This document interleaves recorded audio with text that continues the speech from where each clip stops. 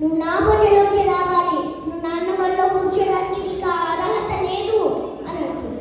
అప్పుడు బాధతో వాళ్ళ అమ్మ దగ్గరికి వెళ్ళి జరిగిందంతా చెప్తారు.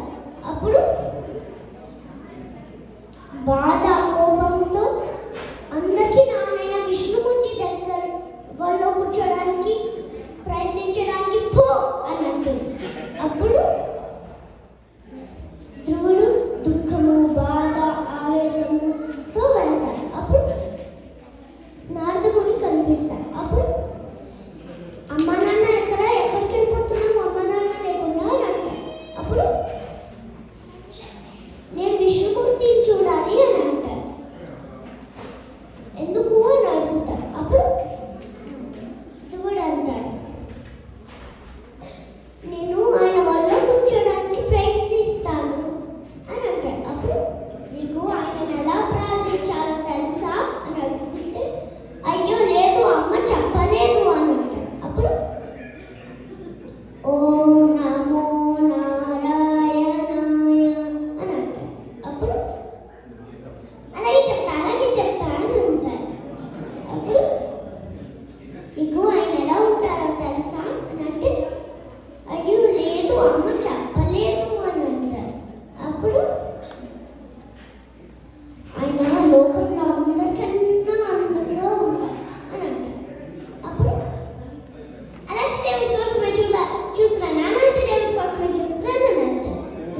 అప్పుడు మరి ఒక చెట్టు ఉంటుంది అడవిలో.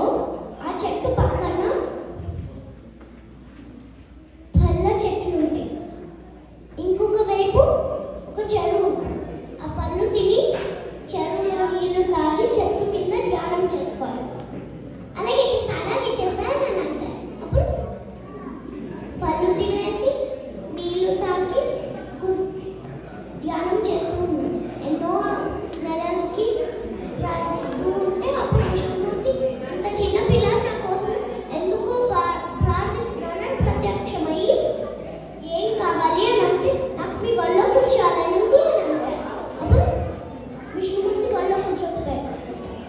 శంఖచక్రం తగిలాక ఆయన తెలియందని ఏమీ లేదు, అన్నీ తెలిసిపోతాయి, వేదాలు శాస్త్రాలు అన్నీ.